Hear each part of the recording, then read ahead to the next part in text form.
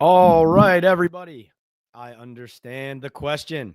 Welcome to Talking Ball Live with Pat Leonard, New York Daily News NFL columnist and Giants beat writer here on Talking Ball Live, December 9th, a Tuesday evening. And Marcus Freeman, the Notre Dame head coach, is the new betting odds favorite to be the next Giants boss. We're going to get into that. We're going to talk about Brian Cox's firing. We're going to discuss the Giants' place in the draft order, their 4 upcoming games, where we go from here. Wanted to start by telling you guys a funny story of where Giants land is at this moment, with the Giants coming down the stretch of a brutal season, the worst team as of right now in the entire league. And of course, locally, in my community, I cover the Giants and I write, and my name is prominently featured, whether it's in the daily news or on the podcast here on YouTube in our community. But otherwise, I'm a regular guy making a living. And I was on the phone with somebody actually from a bank recently, asking questions about rates and other topics that I am not an expert in. And I was asking questions, as we all do, if we're buying a house or we're having construction done or we're looking to take a loan, whatever it is, we all want to know those details. And about 3 to 4 minutes into the call, I was asking and the loan officer was answering. And about 4 minutes in, the person on the other line answered one of my questions with, "I understand the question, Pat." And I just can't tell you how funny that was, but also, not only has that phrase resonated with Giants fans so much regarding what's so wrong with the Giants right now and how few answers Joe Schoen and the Giants are delivering, but it was also a reminder to me of how much passion and reach the Giants have, even when they are this down and this irrelevant and this disappointing. Because people in this tri-state area where I live, where the Giants play, where they've built this strong foundation and tradition with 4 Super Bowls and an expectation and standard that they hope they find and get back to once again. And I just found it so poignant in that moment. It was the crossover of, because, to be honest, I like to keep as best I can my professional and personal lives separate. And as much as I love sports, love the Giants, love the NFL, we all want to get away from the job a little bit, refresh, reset, everything that comes with trying to be your best once you get back into the fray and into the driver's seat and back to work.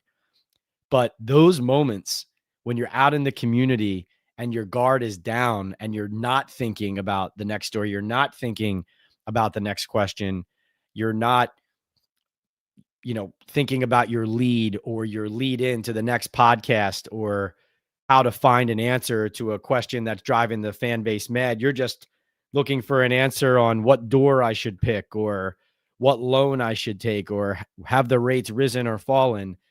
And still, these people sitting there, shirts and ties in their offices, their studios, and working in a restaurant, wherever it is, your retail store, have Giants on the mind, have talking ball on the mind. And that just reminded me too of why we do this. We do this here at Talking Ball Live with Pat Leonard because that one person I was talking to represents an entire fan base who have interest, disappointment, and questions. And that's what we're here to do today, is answer your questions. So we're going to call this the I Understand the Question episode. And the theme of this episode is going to be answering every single question that comes into this chat until it runs out. Now, over the last several weeks, over the last several years, as we have built up, you all know that if you purchase a super chat or a super sticker, or you can even purchase a gift, I believe is an option now on our channel, that you will have your comment or question answered first in the queue and you will rise to the top. And we will still do that. I believe, who is that? Joey B checking in with the super chat. Joey B is going to be our first question, purchasing the first super chat. And as more super chats have been purchased and as the conversations have grown and the dialogue has increased, I haven't always gotten all the way through the queue. I've ended up having to pick my spots here and there.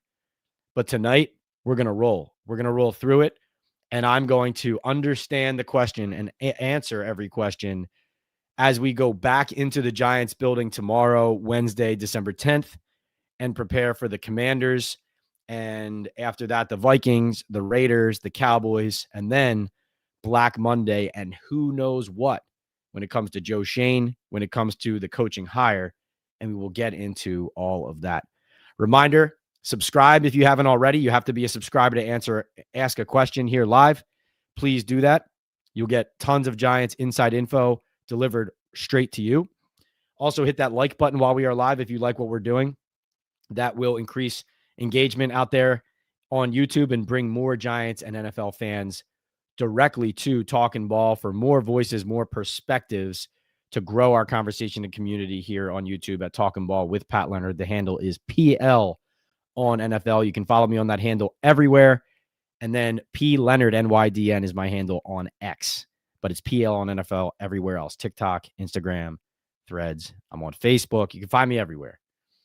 Thank you to our sponsors as well. MyBookie, Hooks, Rubs, and Spices, Boom Chaga, Mushroom, Super Drink. And, of course, Sal Loretta for Men in Midland Park, New Jersey, making us look fresh, whether it's at the Super Bowl, where we go to Radio Row with the pod, or whether it's at every Giants home and road game. Reminder, if you're new here, or if you just forgot, or if you missed a couple, we do post-game live after every Giants game, home or away, from the press box, in addition to our podcasts during the week. And we bring special guests along, as well as breaking news and tons of reels and interesting info, like Cam Scattaboo today, reconnecting with a Make-A-Wish Foundation child who is a big Giants fan and actually predicted during his trip to New Orleans to the Super Bowl last year that Scattaboo would end up a Giant. The codes are on the bottom for our sponsors. MyBookie is Leonard. Boom Chaga code is Talking Ball 25 on the subscribe and save option. Hooks, Rubs, and Spices, the code is Talking Ball. Go check out all those products. Go sample them all. You'll like them. I promise it. You'll become a regular. All right, let's check in. We got some super chats rolling in. And Joey B kicks us off. Joey B says, I want Lou Riddick as our GM and Mike Tomlin as our coach.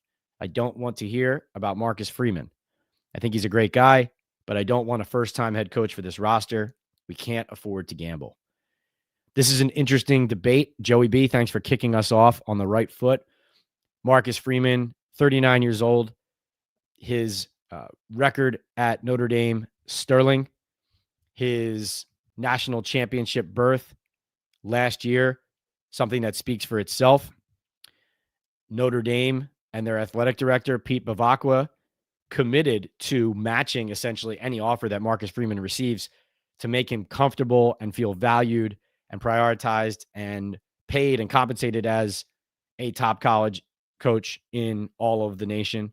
And that's what Bavacqua said on the record today. He's an amazing individual, he said, an amazing leader, and we feel blessed that he's our coach.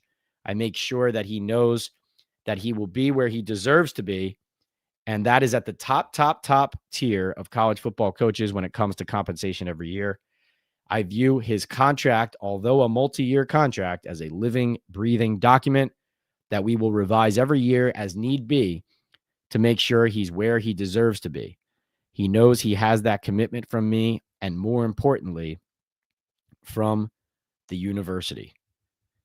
Interesting comments, given the fact that he is still young, that his tenure at Notre Dame, essentially, as far as tenures go at a place like Notre Dame, when you're having success and you've created solid ground still early on in that process, and a family man, somebody who is entrenched throughout the community, as Bavacqua said, attending, all different Olympic sports games, interacting with the crowds, with the teams, with the athletes in other sports, and being a part of the fabric of South Bend, Indiana.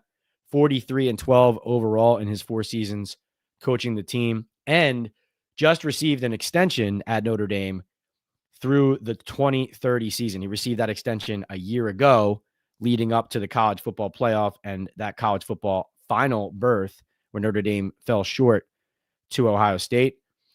And so could have a situation where Marcus Freeman's name is hot, but he's just leveraging that that traction that he's getting and that he's created for a better deal and even more security at a place like Notre Dame. That could be the case. Also, admittedly, I, as well as a lot of people, have skepticism about what being a college head coach means translating to the pros, as Joey B is pointing out. People like Nick Saban, Urban Meyer, Steve Spurrier, Matt Rule, a lot of people you can go down the list, that being a college coach does not guarantee that you can be an effective NFL head coach. Now, Giants fans know Tom Coughlin coached at BC, then coached the Jaguars, coached the Giants. 2 Super Bowls later, the Giants have 4 Super Bowls total. So it's not like it doesn't happen, but Coughlin was an NFL assistant first, Giants wide receivers coach, and they're 2 very different games. Now, where this stands and what Joey B is pointing out is he is a first-time NFL head coach, regardless of his success at the University of Notre Dame. And you're rolling the dice with that, because what you're gambling on there and why Marcus Freeman is a legitimate candidate, one of the reasons, is that what the Giants are looking for above all is a leader and a program builder, right? Somebody who can build, but also sustain, who can carry themselves with confidence, who can restore respectability to the building, to the program, to the product that the Giants put on the field every week. And those qualities, those overreaching that umbrella, is something to be interested in. Now, here's a couple significant reasons why Freeman is a legitimate candidate. And I'll start with the fact that obviously, as people have seen, the betting odds now have shifted, and Marcus Freeman, Notre Dame's head coach, is now the betting odds favorite at 1-2 to be the Giants' next head coach. Received an email today from sportsbetting.ag to alert me of this. Here are the top candidates for the Giants head coaching job according to the betting odds. Okay. At the moment, Marcus Freeman, the 1-2 favorite, followed by Mike McCarthy at 5-1. Chris Shula, the Rams defensive coordinator, at 5-1. Clint Kubiak, the Seahawks offensive coordinator, at 9-1. Mike Kafka, the Giants offensive coordinator or interim head coach, at 9-1. And Jeff Hafley, the Boston College former head coach and Green Bay Packers defensive coordinator, at 10-1. Outside of that, it's Joe Brady, Steve Spagnuolo, John Gruden, Kevin Stefanski, Jason Garrett, Brian Flores, Kevin Patullo, Bill Belichick, Eli Manning. Who knows what Patullo is doing on that list?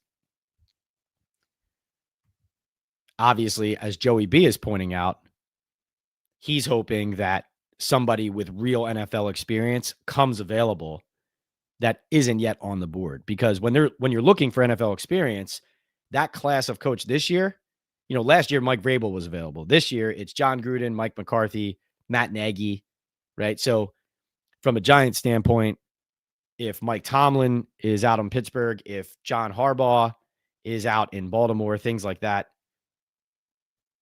those are the types of coaches that pique your interest, at least for an interview and serious consideration. Interesting to me that Lou Anarumo, the Colts defensive coordinator, somebody who is very close with Joe Schoen and is local and has worked for the Giants and is somebody who does create a solid structure and creates discipline on the units that he runs, is not on that betting odds list that I just read to you. That could mean that Shane is out and that reduces his chances. But that could also just be a highlight list with Anarumo, who is somebody I consider to be a serious candidate here. So that's one name that I did not read there that I consider a serious candidate, more serious than the list I just read. But Marcus Freeman, the Notre Dame head coach, is a significant and real candidate for the Giants job for 2 reasons. One, Tim McDonnell, the Giants director of player personnel and nephew of John Mara, the Giants co-owner, worked for 8 years in the Notre Dame football program before he ultimately joined the Giants organization officially in 2013. He worked as their director of player personnel, director of football personnel for 6 seasons at the end, worked with recruiting efforts, and was a liaison between Notre Dame and NFL personnel. So he helped coordinate the walk-on program and assisted in managing the roster under two different head coaches, Charlie Weiss, who was the coach at the end of my time there. I graduated in 2006, and with Brian Kelly as well. And ultimately, Kelly, of course, went to LSU.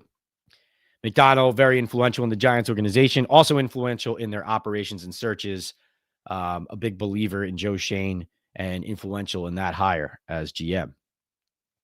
So that's a key element, right? In addition to all of Freeman's qualifications. Another thing that could potentially be impacting this and Freeman's decision, his son is committed to wrestle at Cornell. So geographically, there could be a reason for the family to relocate, in addition to the golden opportunity for Freeman to step away from the Golden Dome and join a storied NFL franchise and try to continue his legacy and build the Giants' legacy. So those are all legitimate reasons why he is a candidate. Again, I am skeptical, though, Joey B., just as you are, about what the Giants need and what are they definitely getting versus what dice are they rolling by counting on a college head coach, even if he is respected and has had a lot of recent success and is somebody who is viewed as a legitimate candidate. There's a lot of unknown there. Now, in fairness to Hafley, if Freeman is going to be this much of a serious consideration, then Hafley becomes that as well, because first of all, John Mara, Boston College graduate, strong BC ties here to the Mara family. Tom Coughlin, of course, former Boston College head coach, comes to the Giants after his Jaguars tenure, wins 2 Super Bowls. Hafley also local, a Montvale, New Jersey guy, and a lot of respect for his ability coaching the Green Bay Packers defense, even though he basically just got to the NFL, year 2 running Green Bay's defense. But it's interesting, Freeman becoming a real candidate invites Hafley as a real candidate. I think that Clint Kubiak is also somebody not to turn your nose up at. Like, I think as much as the focus right now is on former head coaches, Kubiak, to me, of all of the assistants or all of the coordinators who haven't been head coaches who are being mentioned, that's the one I think you need to keep a strong eye on. As far as Lou Riddick as GM, Joey B., I haven't heard his name come up this go-around yet. But, of course, the information and scuttlebutt on that is not flying as much as the coaching scuttlebutt is, because Joe Schoen is still in the seat and there's not an active search yet for a replacement there. But I do think ultimately, my opinion, I don't know yet.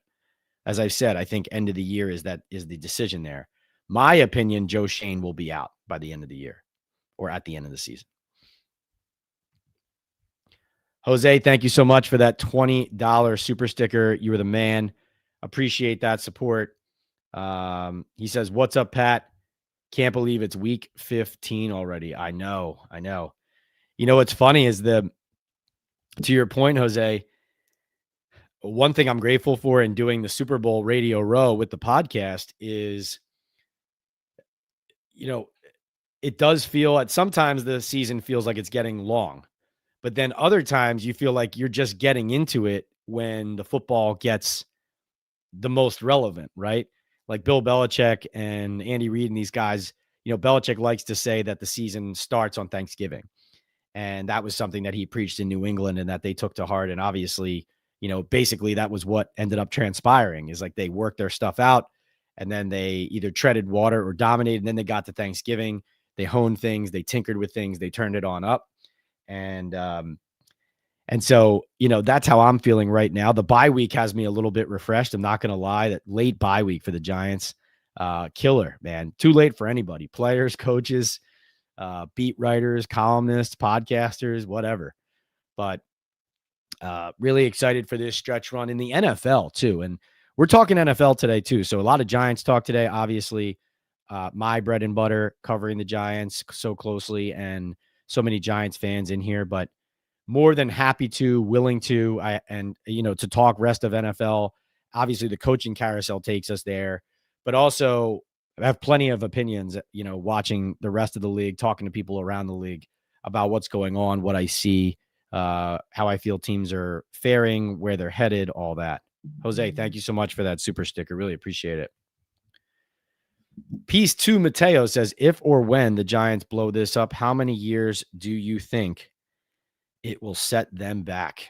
Well, Piece 2 Mateo, I believe that you could make the argument that keeping Joe Schoen could set them back further than blowing it up, because they already blew up the coaching staff. Brian Daboll gets fired. Shane Bowen, the defensive coordinator, gets fired. Now Brian Cox, the assistant defensive line coach, gets fired during the bye week. Our pets' heads are falling off. And at this moment, you consider the coaching situation, for the most part, outside of maybe a couple assistants that the Giants reevaluate and want to retain, that's all a wash. So then, is it more productive and constructive to keep the general manager in place, add a new coach, and try to build on what you believe is a foundation that needs a couple tweaks? Or, in my opinion, you can make the argument that sets you further back, right? Taking the GM out is not a setback if you're removing somebody who does not effectively and consistently evaluate players and the roster, and who is more of a drag from his lack of understanding of leadership and team building on the consistency and sustainability of your roster, your personnel, and your program, right? So that's how I see it. I mean, Piece to Mateo, I think at the moment, so next year, Malik Neighbors at some point expected to be back on the field. Cam Scatterbo, you hope at some point this coming season, back on the field. Jackson Dart with a year of play under his belt, year 2. That's exciting. I think as far as the Giants' clear top players go, you're looking at Malik being his full self for a full season in 2027. Cam Scatterbo then is further down the road away from this horrible injury that could have been worse. And Jackson Dart is more seasoned, and your coach is not a rookie, has a year under his belt. Hopefully you have a better GM and a better front office with another draft or with their first draft under their belts. And so I'm looking at, I don't have a crystal ball. I'm not looking at the schedule and what all the teams look like next year that the Giants are facing and what they'll be and how they'll fare. I mean, certainly there's nowhere to go but up from this year. So you would hope that the 2026 record is at least a little bit better. But as far as feeling like a setback versus a step forward, 2027 is the year, I think, if they make the right decisions, you could start turning it around next year. But 27 would be the year that, as a fan, what do you want? You want competitive into January. And 2027, to me, with some talent on this team, but not nearly enough, no depth, and above all, no finish, no resilience, no leadership at key times, that gives you some time and some runway to get there. That is how I look at it at this moment. But again, if you're running a competent program in 2026, you need to win games. That's what you're evaluated on. But it can't just be like if they win 3 or 4 games this year and next year they win 7 or 8, it's not just better if they win a few more games, but especially it would be better if they win more games and you can see that the fabric of the team is one of strength, fortitude, confidence, discipline, reduced penalties, better 2-minute drill, better during the end of half and end of game situations, better situational football and decision-making on 4th down, field goals, game planning, right? Those are the types of things. Holding players accountable, right? Because of how far they have fallen in that category.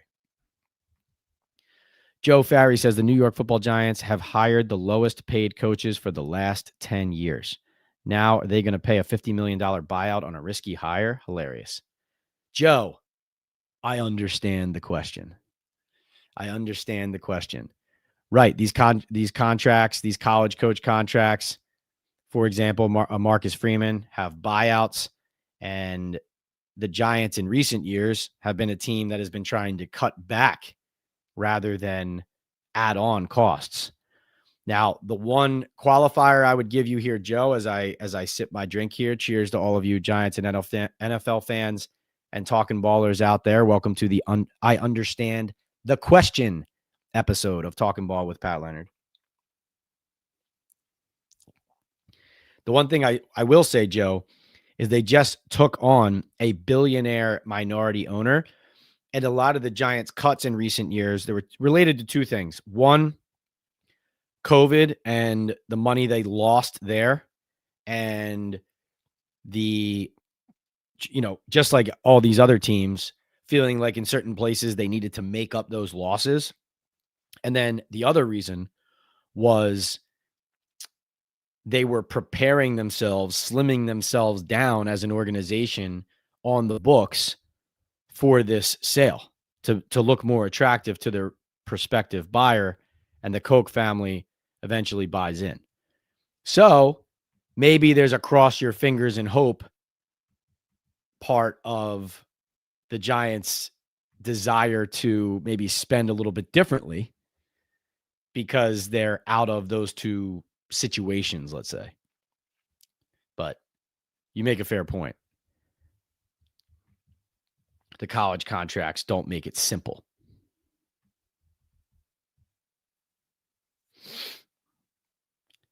All right, let's get into the queue. Reminder, if you purchase a super chat or a super sticker like Joey B, Jose, Peace, and Joe did, your comment or question will rise to the top of the queue.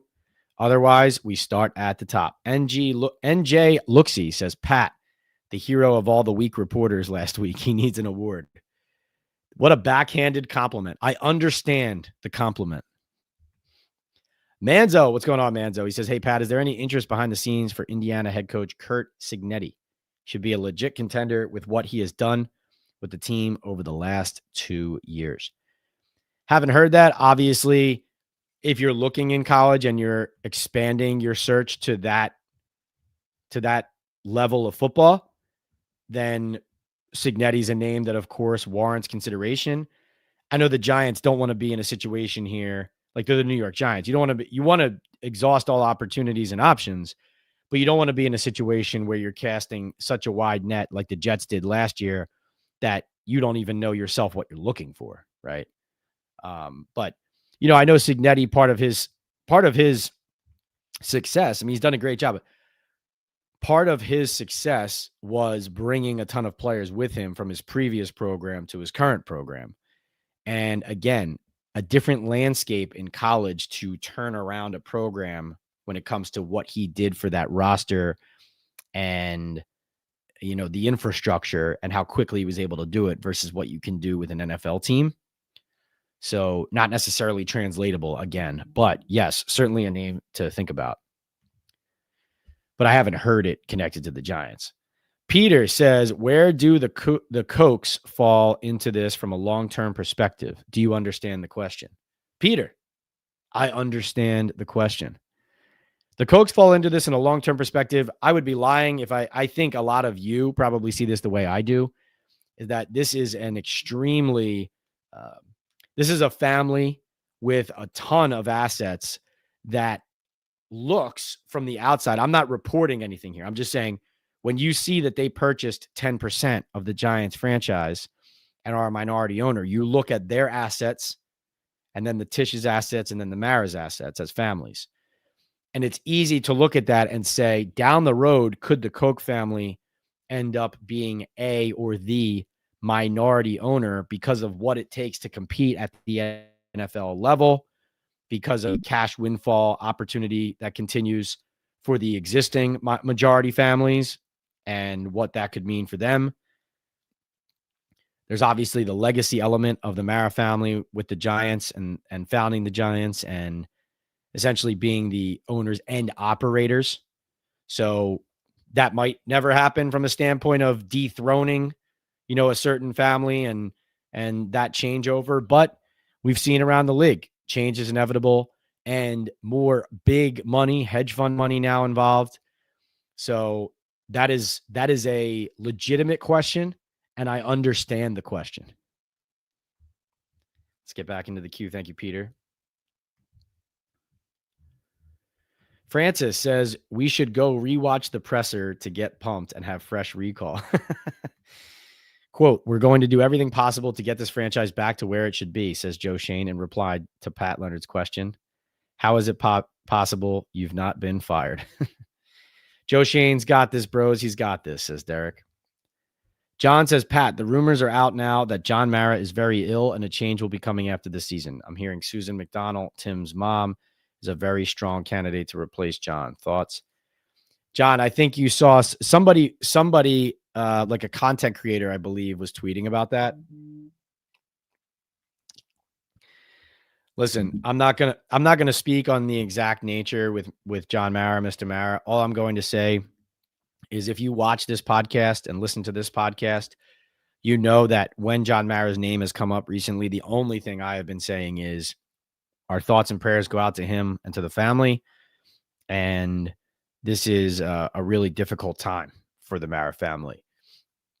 Now, as it relates to Joe Schoen's future and where it stands and where this is headed, as I've noted to you all, Chris Mara has been the ranking Mara on road trips weeks. And I think by now it's probably been the last month and a half or so, if not 2 months, as well as, of course, Tim McDonald involved. Yes, John's sister, and large family, a lot of people with opinions, influence.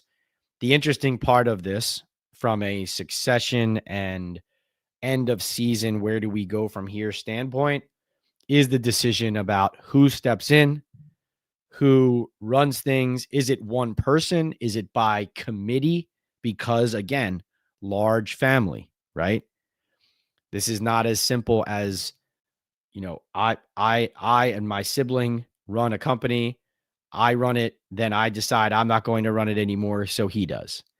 This is a much more complicated situation, in addition to having co-owners and now a minority owner, as with the Tisches and now the Kochs. So yes, as I have intimated and discussed on this podcast, a lot of decisions for the Giants organization to make after this season, not just about Joe Schoen and about, the coaching staff and all of that.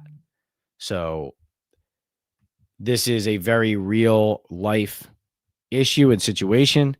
And again, John Mara, we are thinking of all of you. We are thinking of you. We are thinking of the Mara family, and we wish him nothing but the best in his fight. And it's just, these types of topics, sad and frustrating from a human level. Hooks, our friend Jared from Hooks Rubs and Spices, hooksrub.com. That's where you get all these awesome flavors like the smoking sweetness. We got the Mad Cow over here. Get all your Hooks Rubs and Spices at hooksrub.com. Talking Ball is the code. If you like to grill, if you like to tailgate before your Giants or NFL games, if you're at the stadium or if you're home gating out in the backyard before you watch on the couch, whatever it is, hooksrub.com. Love the swag at hooksrub.com too, in addition to the products, gotta say. Jared says, hey, what's up, Pat and chat? Happy December Tuesday. Same to you. Have we seen any extensions during the bye week? None at this time. No. I saw Jordan Rodon, our colleague from ESPN, wrote a story about Cordell Flott, Jermaine Illuminor, and Wan'Dale Robinson being in line for a payday, whether it's in New York or somewhere else at the end of this season or, at this time. And those are obviously names to watch just in general, whether it's Giants or somewhere else. I think it was interesting to me that Joe Schoen did not mention Wan'Dale Robinson's name in his press conference. That is definitely a negotiating tactic, right? He's talking about all the promising thing on offense, and then he doesn't mention his own second-round pick. Why would he not do that? Because he's got a contract coming up and an extension conversation's coming up. He did mention Illuminor, though. He did mention Illuminor. John says, also, do you have any insight as to who of the Maras might be pushing Marcus Freeman as the next head coach? Freeman has really skyrocketed on the betting markets lately to be the next guy. Tim McDonald, as I said, has the strong Notre Dame connections and worked there for a long time before he worked for the Giants. He is the director of player personnel, and John Mara's nephew has a lot of influence in these searches as well as in the organization. And the other thing that's interesting about Freeman, and I think this is part of the reason why the betting odds there are skyrocketing. Think about it this way. Freeman just coached a team that thought, and that a lot of people thought was worthy of being in that final 12 for the college football playoff, an expanded playoff pool, right? They go 10-2, and granted, they lost their two hardest games. So, of course, after starting 0-2, it felt like no surprise at the end that they were going to miss it. But they ended up being vaulted over certain teams they were competing with in the rankings as they went down the process, only to then be shuttled back down the board to 13 and to miss out. But from Freeman's standpoint, you're at a storied program, but it's an independent program that just got screwed and shafted. And who's to say that's not going to happen again? And so now you're evaluating your ability to maximize your platform, your winning, your ability to push into playoffs and to win championships, possibly. I'm not saying, obviously, Notre Dame is going to compete for titles year in and year out. That's their expectation. But they are coming out of this year as a partial member of the ACC and not getting in when they thought they were going to and feeling blindsided. They're not out of position where they could be asking themselves, or Freeman theoretically could be asking himself, am I going to be able to accomplish what I want here? So that's one thing. Another thing is Marcus Freeman's season is over, right? So of all the names that I just read you on the odds board of people who are most likely or least likely to be the Giants coach, Marcus Freeman is the one who is not coaching yet, or at this time. And who did I say was second in line to be most likely the coach? Mike McCarthy, a guy who is not coaching. So you have Marcus Freeman, whose season is over, and Mike McCarthy, who isn't coaching a season. So for the betting market's perspective, that's why the money is moving there, right? Because people are saying, well, not only is he an attractive candidate, he's available. And one thing that was pointed out to me is, now granted, from a team perspective, the Notre Dame players, captains, decided with Freeman to not play in the bowl game. But one person that pointed out to me, maybe they're not playing in the bowl game is also connected to Freeman having other prospects, because from a college program building standpoint, the bowl game and the buildup and the practices to get ready for that are valuable, recruiting tools, exposure, development of your younger players. So is that related? That's more of like a rhetorical question I'm asking there.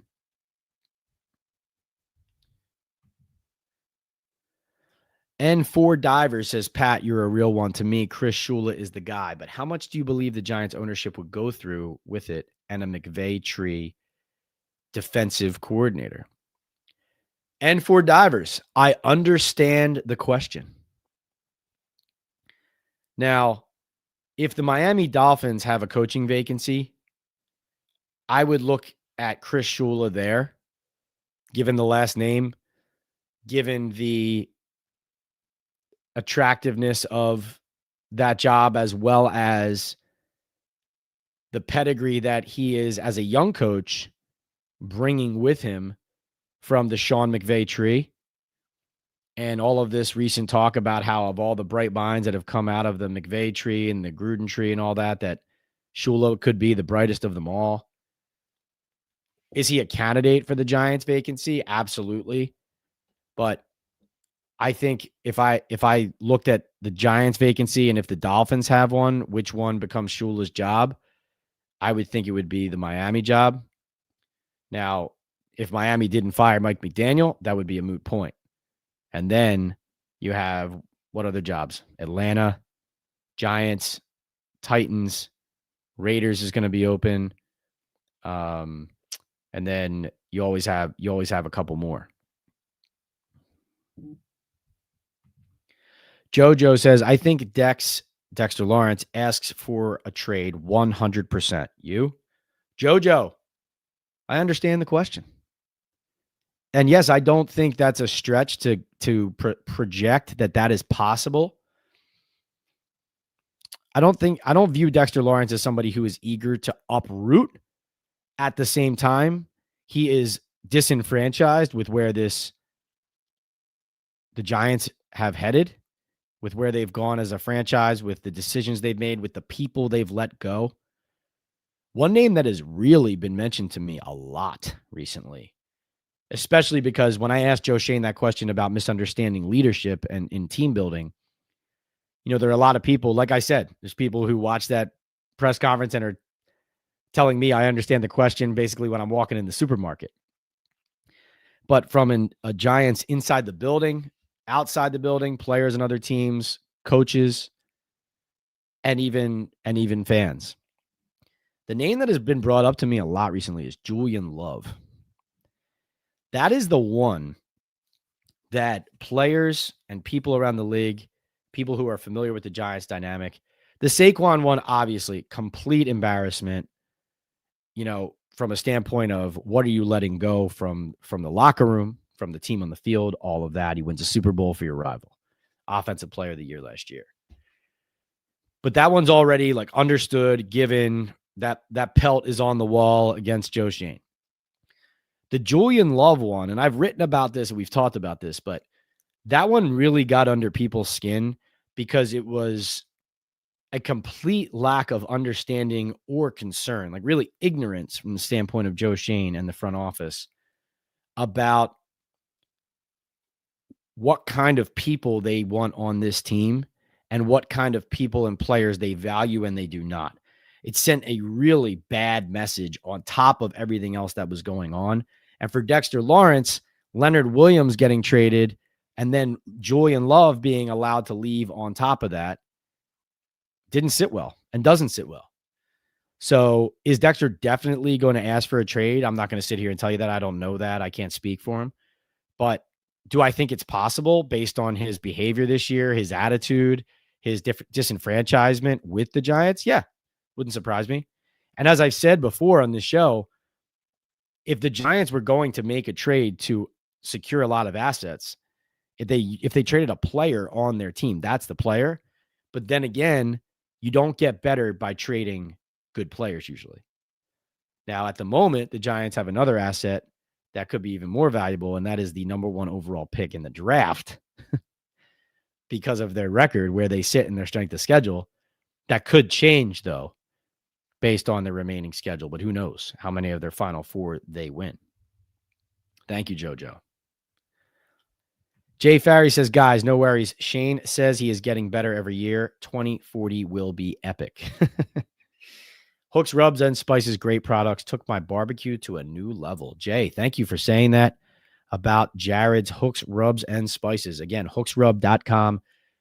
The code is Talkin' Ball. I want to say, Jared, correct me if I'm wrong, it might be 20% off now. 15%, 20%. Chris Spires says, so nervous. Giants go 2 wins better going. I'm so nervous that the Giants are going to get 2 more wins and use that as an excuse to bring the GM back. I mean, they brought Eli Manning back because of one game he played in late December at the end of his career when he was clearly finished. So you can't expect them not to do that. I understand the concern. It wasn't a question, but I understand the comment and the concern. And I do believe, Chris, that ultimately the tea leaves I'm reading and things I'm hearing, I think Joe Schoen is going to be out. I do. But you're not wrong to be concerned that something like that could happen and sway them. You're not wrong because they've, like I said, they've made decisions on less before. Peter Randazzo says, Pat, do you believe that ownership has handcuffed Joe Schoen from not signing any of the big three because they're uncertain on his future? Do you understand the question? Peter, I understand the question. Not signing any of the big three. I don't understand the question. Who are the big three, Peter? Please share. Please share. Do I feel overall they've handcuffed Joe Schoen? No. Although not every decision has been, just Joe Schoen's, and ownership certainly has been involved. I know I can tell you that Joe Schoen has had more freedom and benefit of the doubt from the ownership level, from the Maras and the Tisches, than previous regimes.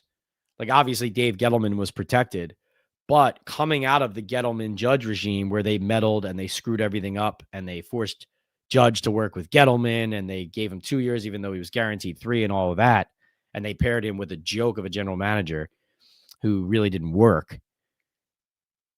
Joe Schoen, his tenure with Brian Daboll, Giants ownership was specifically trying to get out of the way. John Mara and the Giants, they were specifically trying to step off. And because remember, during the Judge Gettleman time, the stories started coming out. And, I wrote about it. Dan Duggan wrote about it from The Athletic. We started pulling back the curtain on what exactly was going on. What was the family dynamic? What did the meddling really look like? Who was involved? Remember at that time that Mara was saying that family was not as involved as previously reported and believed, and said that Chris Mara was not that involved compared to what had been reported. And then literally almost in the same breath, the Giants were announcing that Chris was sitting in on the head coaching interviews. So the hiring of Joe Schoen and Brian Daboll was the Giants trying to go outside of their comfort zone, outside of the family, going outside the box, making the hire, and then trying as best they could to get out of the way. So the big three, Peter said, was Flott, Illuminor, and Wandale. Oh, Peter, thanks for the extra cash there. I actually scrolled down to see what your clarification was, but thank you. You didn't have to do that second one. I appreciate that. I now understand the question, Peter. I understand the question. So you want to know, has ownership handcuffed him from not signing any of the big three in Flott, Illuminor, or Wandale because of his future? I don't know that. I don't know the answer to that. I think I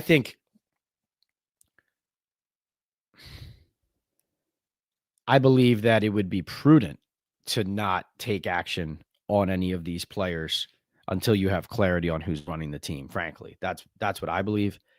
I do think also that the lack of activity there, again, indicates potential change at the GM spot. So it's possible he's been handcuffed there. But here's the other thing, Peter. And, this is nothing against Wandale, Illuminor, or Flott from the standpoint of them having better seasons than projected, let's say. But I don't look at any of those players and have my jaw on the floor like, you can't let this guy go. I don't feel that way about any three of those players. I mean, Flott has been valuable enough as a cover corner this year at a premium position that where I understand that conversation. Wandale's had a pretty good year. Is he irreplaceable? I don't know. I can't argue that. And then Illuminor, better year than projected, but I don't think I think his reputation is rosier than the player that he has been and the level of play. He's had some really good games or improvements in certain areas. He's also had, getting planted in the ground on his backside by Anthony Jennings before Jackson Dart gets hit to the moon by Christian Ellis in New England, the most recent game I saw. Chris Spire says, do you think the problem with the GM is that he is a control freak? To me, he's too involved with the coaching and got involved with getting on the headset during games. Yeah, that's an interesting one because on the one hand, he had to oversee the disastrous, dysfunctional dynamic that Brian Daboll was overseeing for the Giants in that 2023 season, which was a carryover from some issues that had started in the first year of 2022. And remember, it wasn't just Martindale and Daboll. It was also Daboll and how he handled Mike Kafka, who actually caught the brunt of most of it. It's just the Martindale thing became more of a story because Martindale resigned after Daboll and Schoen fired his two top lieutenants. But Kafka caught the worst of it. And so Schoen literally had to listen to Brian Daboll on the headsets for 4 games, essentially babysit him. And so part of that was oversight of a disastrous dynamic. But also, my understanding is scouting staff intertwined with the coaching staff when it comes to being up in the box and, the games. And when I say that Joe Schoen is a baseball general manager more than a football general manager, as far as his influence and involvement, is very real. So is he a control freak? He does have his hands in a lot. I think it's more like he's a know-it-all. He always thinks he's the smartest person in the room. And it's good to be a hard worker. That's a quality that he has. That's a good one. And he does care, obviously. But I think that the tough part about being involved in everything and wanting control of all the levers is then you really have no plausible deniability when it's time to dole out blame. And that's why I asked him the question about how can Daboll get fired and you not? Because I personally know how involved he is in everything. And it's just insane to pin the despicable record on Daboll and not Schoen, given what the dynamic is. I understand the question, Chris. Romans says, would they really use another top 6 pick on a wide receiver? Romans, I understand the question. I think you guys probably feel the way that a lot of fans do right now, which is if the Giants have a high pick, let's say a top 3 pick, you really wouldn't mind a trade down to get more assets to build depth, to accrue, more talent at key positions, right? You look at the roster, how it's going to evolve, how many positions on the field the Giants still need to augment, improve, bolster, deepen from a roster and depth chart standpoint. So that's one thing to consider, is a trade back option if they have a high enough pick. Will they use it on a top 6 pick? I mean, as for a wide receiver, listen, you can't rule anything out based on their needs. I know Malik's on the team, but again, how long for next season is he going to be on the field fully healthy at his top level and ability? You want to get something, weapons, to build around Jackson Dart. It complicates things when you ask about the wide receiver. One thing that complicates it is the investment in Darius Slayton on top of the investment in Malik Neighbors. And when you consider how bad the defense is and how much the defense needs. Like, obviously, the position that the Giants need the worst is a corner, in my opinion, right? I mean, I think if you look into their entire roster, if you could let me get a 99 in Madden and put it on the Giants roster anywhere on the field, it would be corner, CB1. That's where it would be. But again, they need guys everywhere. They need more interior defensive linemen. They need more offensive linemen. They need another wide receiver would be nice. But yeah, I hear what you're saying, Romans, is like, hey, would that help the team? Would that help Jackson Dart? Yes. Will that help the Giants build a competitive team if it doesn't address their biggest issues? Tricky proposition there. But remember, rookie quarterback, rookie contract, promising QB, build around him. I think offensive line and corner are the positions that jump out to me the greatest, but plenty. Like I said, interior D line needs a lot of work for the Giants. A lot of work. All right, let's get back into the queue. You guys are crushing it with the super chats. Remember, if you purchase a super chat or a super sticker, your comment or question rises to the top of the queue.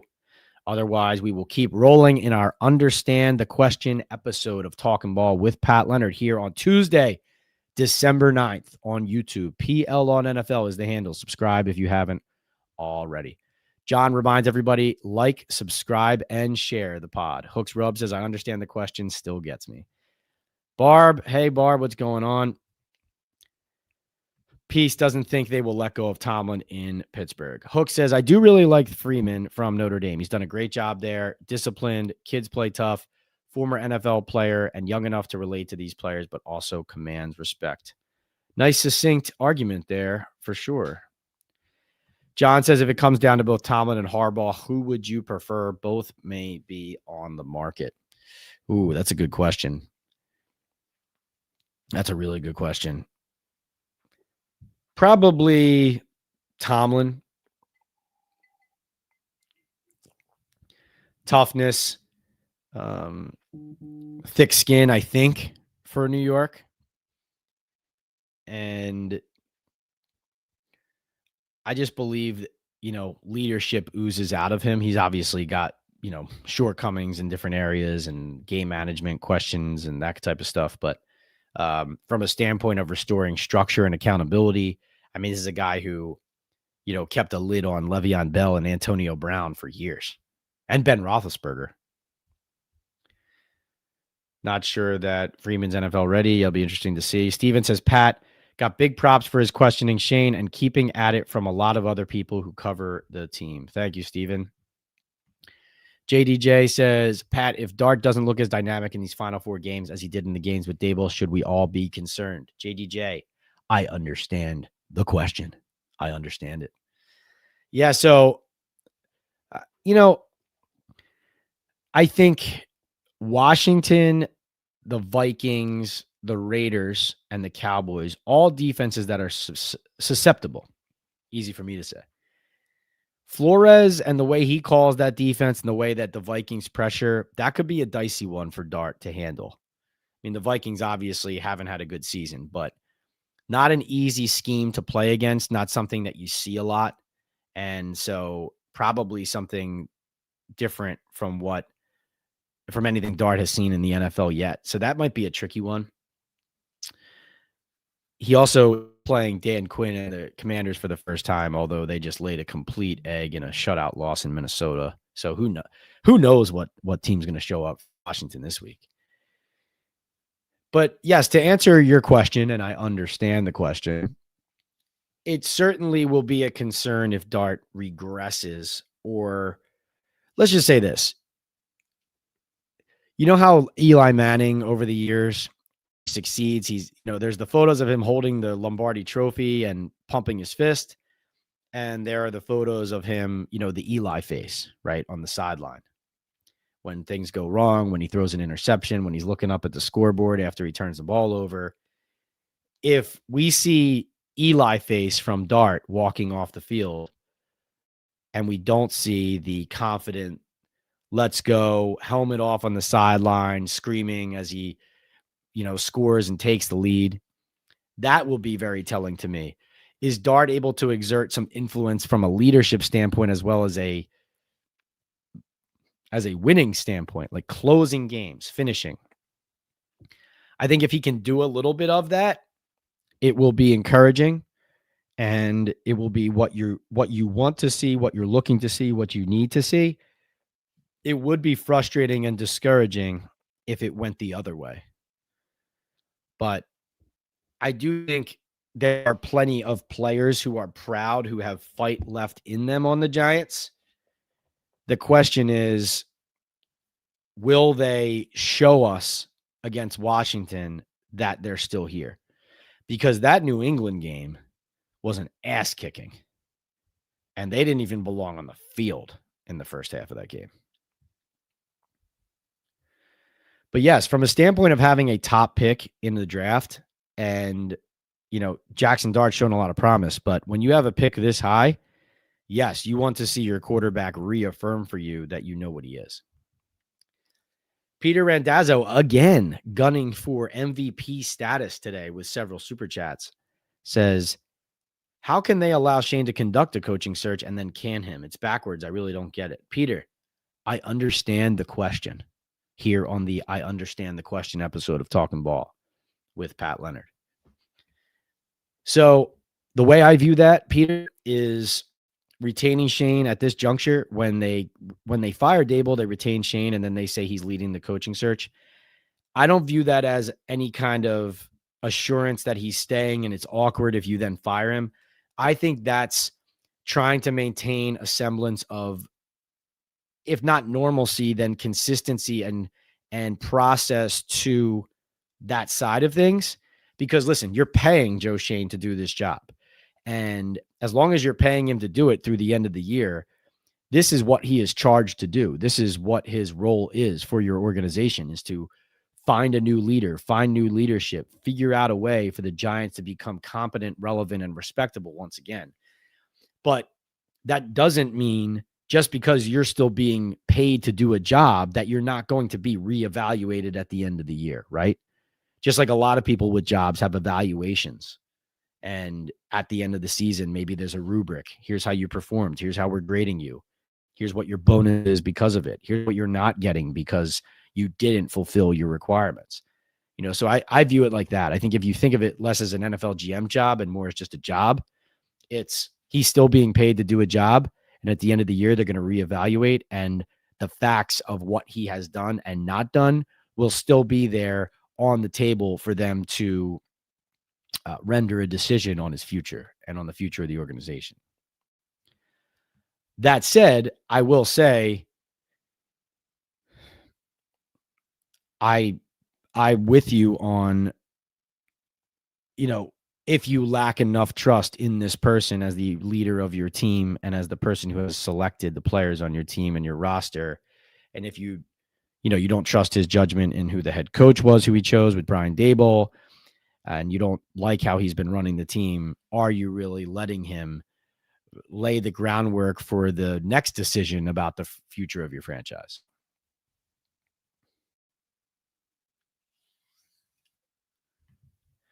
Richard Armstrong says, Pat, do you think Abdul Carter has been a bust, or is it just a matter of inexperience combined with a defensive coordinator who doesn't know how to use him? Richard Armstrong, I understand the question. Abdul Carter, has he been a bust so far? Yes. Does he have talent that has flashed and demonstrated that he can get to the quarterback and he just needs to finish at times? Also, yes. I think I view it as a combination of all the things you referenced there. So one thing is this: he's been a bust from a work ethic perspective. He's been a bust from a standpoint of validating all of the criticisms pre-draft of him as a teammate, as somebody in the locker room, and from a work ethic point of view. That is a bust in not listening to your scouting and evaluations of this person, and the fact that he wasn't a popular teammate at Penn State and that he prioritized numero uno over everything else, and that is continuing in the NFL. Yes, that's a swing and a miss. That's a bust. That is. Now, I also think, however, that if he had a coach who kept him in line, in other words, held him accountable for those mistakes early and often, and if you had a defensive coordinator, say Wink Martindale, who knew how to scheme things up to get certain players free against certain protections in certain situations, do I think Abdul Carter's stat line would be bad if Wink or Steve Spagnuolo or name plenty of these other defensive coordinators were the Giants coach? No. I think if they had a seasoned, strong defensive coordinator and scheme and plan, I think Carter's stats would look good enough for people to be able to feel like they could hang their hat on something. So I think there's something there, obviously, but it has been a bust so far, because if a guy is not committed as a professional, it's impossible to call him anything else. until he shows you otherwise. I understand, Richard Armstrong, the question. Ja Soul, what's up, Ja? He says, Pat, I wanted to ask you this last week, but missed the live. Which reporter told Winston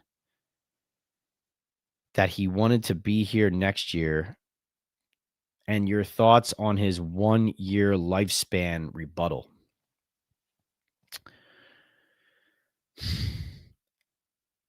Ja Soul, good question. Let me see. I understand the question. Let me see. I was at that press conference. So let me go look at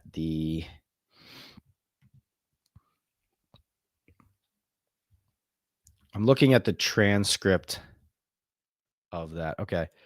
The question was, is this different for you in the sense you know what your contract says for next year? You want to be here. The fact that if you weren't here beyond the season contractually, does it feel different because you were a part of this, regardless of whether you're QB1, QB2, there's something building here and you are a part of it regardless of what your role is? I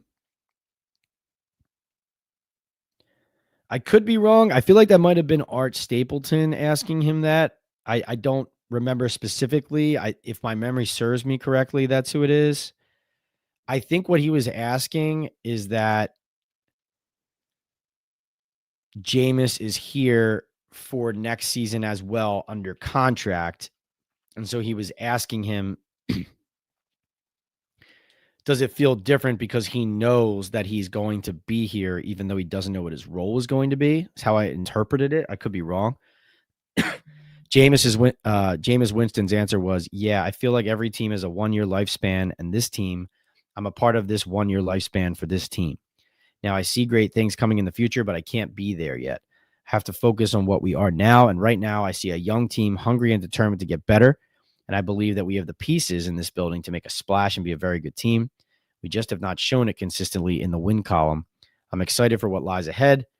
But the most important thing that lies ahead of us right now is the best team in the AFC. He was talking about the Patriots going to their house, da-da-da-da-da. So that was Jameis essentially saying, I'm not going to stand here and talk about next year and my future and whether I want to be here or not, depending on my role when we have a game to play. That's essentially what he was saying there. Now, right now, he's on the books for a $3 million cap hit this year. He's scheduled to be on the books next year for a $5 million cap hit. If the Giants were to cut him before June 1st, they would save 2.3 or 2.7 in cap, and they would lose 2.3 against the cap next year in dead money.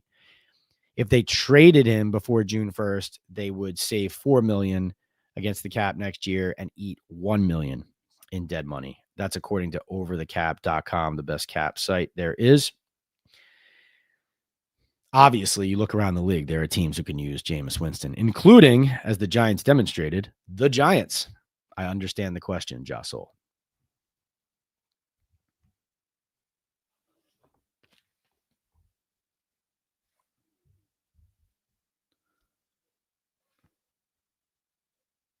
All right, let's see.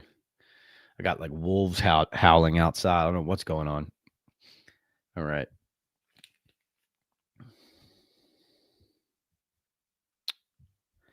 John says, if the Giants select Freeman, how does he get a staff? I don't think he has a lot of connections with NFL assistants. Yeah, that would be a combination of bringing, coaches from Notre Dame and, Al Golden in Cincinnati was his defensive coordinator for the year that they went to the national championship game. Obviously, the Bengals defense has really struggled, but, that could be a possibility, something to watch.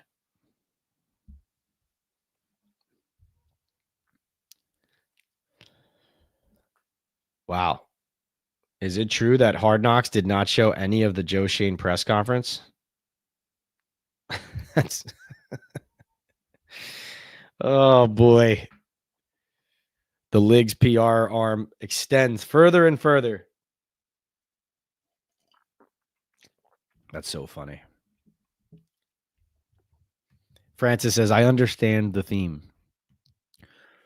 Joe says, Pat, you were all over the radio after Shane's press conference. ESPN radio used I understand the question every minute. explaining how Schoen would not answer anything and did not know what he was doing. Steven says, I learned when someone says, I understand the question, you're not getting an answer. Not here today. We're going to tell you I understand the question, and then we're going to give you an answer, Steven. So don't worry. Let's see. Hook says, I bet that bank customer service guy is Joe Schoen's nephew. JDJ says, Pat, do you expect the Giants to go through the head coaching, hiring process quickly, just so whatever head coach they choose can quickly hire their assistants before the good ones are gone? No, because I think Joe Schoen said, he said they're going to support Kafka the rest of the season, and then the coaching search will be done thereafter and completed thereafter, including the judgment on his job. So that's what he said, and that's been my understanding too. I understand the question. Joseph Wilcox says, Abdul Carter was sitting on the bench in the Patriots game instead of rooting for his guys. Not a good look. He needs to grow up. I understand the observation, Joseph. Not a good look indeed.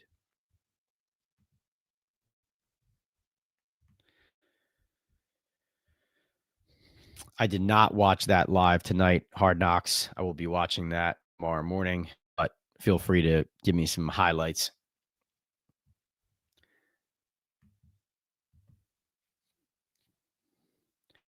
Also, Pat, you know how the marathon... Okay, I answered that already. What do I think the chance is out of 100 that Schoen gets fired, said NYC Sports Addict? I think 75% that he gets fired.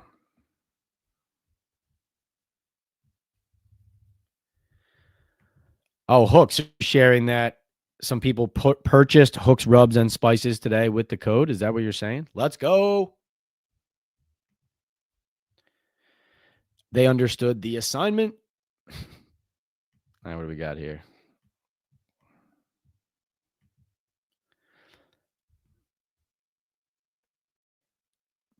Let's see. The best was when Schoen did not see Pat was circling like Jaws to ask the next question. Showed how bad of a GM he is. JDJ says, after being embarrassed on numerous occasions, do you expect Abdul Carter to come back with a refocused edge for these final games? No, the guy I expect to come out laser focused, not refocused, because I thought he was playing hard before and was one of the more encouraging Giants during a lost season. Kayvon Thibodeau. Kayvon Thibodeau is going to be coming back from his shoulder sprain. And this is a guy who, frankly, I thought was helping his cause for a new contract. Now, the one thing that he hasn't done is sack the quarterback, because obviously as an edge rusher, that's what you need to do. I think he has like 2.5 sacks. He's got to finish. He knows he has to finish. He hasn't finished. And obviously you're not going to end up getting paid to the level that you're expecting if those numbers aren't there, like the actual results of those plays. But I think Kayvon his value has increased in his absence, right? I think the Giants have truly and honestly and very clearly missed having him on the defensive line and on the edge while he's been out the last 3 games with that shoulder sprain. And so that's a guy I'm watching down the stretch, Kayvon Thibodeau, and whether he will continue to bolster his case to not just be playing on a 5th-year option and headed down that 5th-year option tag road, but maybe getting locked up as a draft pick who is an important part of a whole. Joe says, Pat, this week is a must win against the Commanders. If they lose, Schoen and everyone. Oh, first of all, JDJ, I understand the question. If they lose, Schoen and everyone is out at the Giants front office. Oh, if they lose to the Commanders, everyone is out immediately, you're saying? Well, again, Joe, I mean, I hear you, but again, to me, it shouldn't matter whether they beat or lose to a horrible Commanders team, which they already lost to. Like, that shouldn't sway anything. But I hear you too at the same time. Dr. Intel thinks it's going to be Mike McCarthy. That would raise the floor. Hooks doesn't like that option. Joe Farry says, Hooks, rubs, and spices making my barbecue the most popular in town. Let's go. Joe Ferris wants Big Dom to be hired as security just to mess with the Eagles. Stoudemire says, if ownership decides to remain in-house, how about give Brandon Brown a shot? Think about how he worked for the Eagles several years under Harry Roseman. Might have better pulse of player personnel. He's been very involved in the Giants front office dealings and drafts, and he's been party to the disappointments. So I personally disagree with the fact that he would make it look different. But I'm sure if they're interviewing people for the position, he will get an interview. But he's had a lot of interviews in a lot of different places and still has not gotten a job. I think Giants need to get a big target receiver for Dart, either in the draft or free agency, says Joseph. Don't disagree there, Joseph. Receiver, definitely a position they need to keep improving. But, earlier was just talking about prioritization when it comes to the draft. All right. Let's try to keep going here in the queue. Thank you for that other super chat and super sticker there, Joseph. Reminder, guys, Talking Ball live with Pat Leonard. This is the I Understand the Question episode. Answering your questions, your super chats and super stickers. If you purchase those and ask a question with it, I will answer that first or address it next in the queue in the chat. Otherwise, go straight down the chat and we're answering every question this evening as we sip some bourbon, drink some water, and have some fun. All right. Where are we in the queue? Lost my place for a second. Here we are. All right.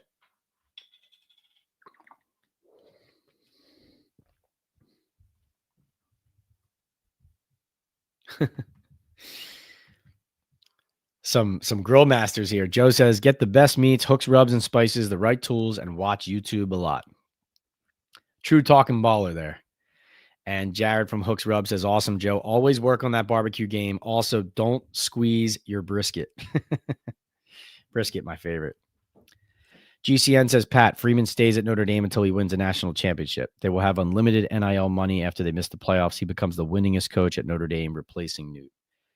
More likely the scenario, yes, but very much an interesting candidate. Just Tomlin walking in the door changes everything for us, says Joe. Stoudemire says, hire a coach like Steve Spagnuolo. He will most definitely fix our defense overnight, but he must hire a legitimate offensive coordinator and special teams coach. GCN says the Giants are too cheap. They will not pay a coach $12 million or more for a coach. I think they would have to at this point, to be honest, to get the kind of guys we're talking about. Joe Farry says the Broncos, Chargers, and Bears were cheap until they finally said, screw it, and paid up. Maybe there's hope for us. I think it's more about ownership not wanting a strong personality.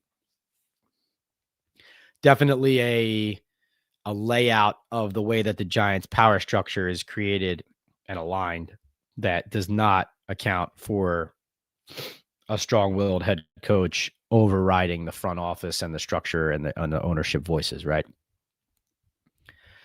This is why the Giants' job has scared people off in the past and been something that's not just an obvious, like, oh, all the top candidates are going to be vying for this, right? Like it's not always just that obvious that, like, Mike Vrabel last year, available. Would he have liked this job, wanted this job? Would he have thrived in a dynamic with too many cooks in the kitchen when it comes to decision-making in the organization and who people listen to? Word gets around about how different organizations run and how much influence and, power, but also just, who you can trust. Deception says, thank you, Deception, for the super chat. He says, sorry if you answered this already, but if Joe is fired, who would be your top candidate to replace him? How does this coaching GM crop compare to previous years? Deception, I understand the question. I personally think Will McClay from Dallas is an extremely interesting general manager that I would want to talk to. I mean, he's already a GM of the Dallas Cowboys.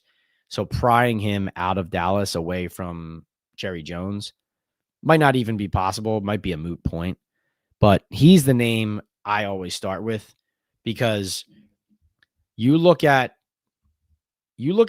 how talented the Cowboys are on an annual basis, basically, how they continue to reinforce parts of their roster. It's not perfect, but and yes, like they had to go out and get a George Pickens, that type of stuff. But I look at their offensive line, and they had the best offensive line in football, which they helped draft and develop.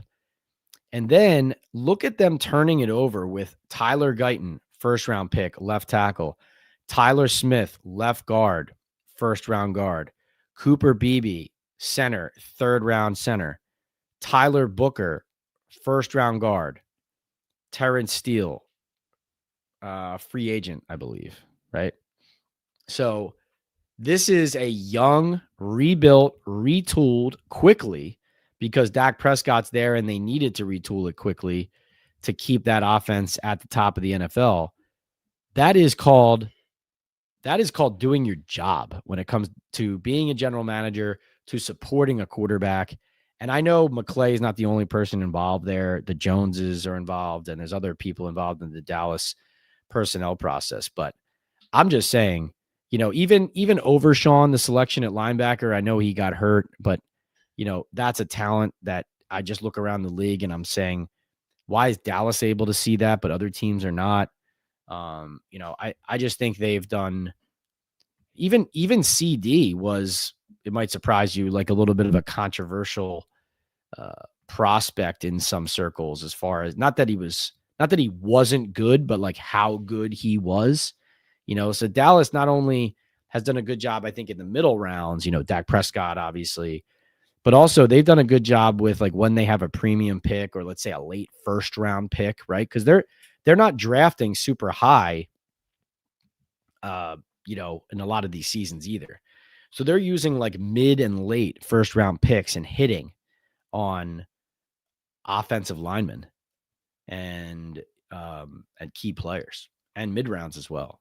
So he's the guy that I'd be interested in. But, like I said, I'm not saying that that's a realistic thing. I'm not saying that that's like definitely realistic, but, I think the GM class is something that is still developing. You would look at what you would do is you would look at the programs that are successful at the moment,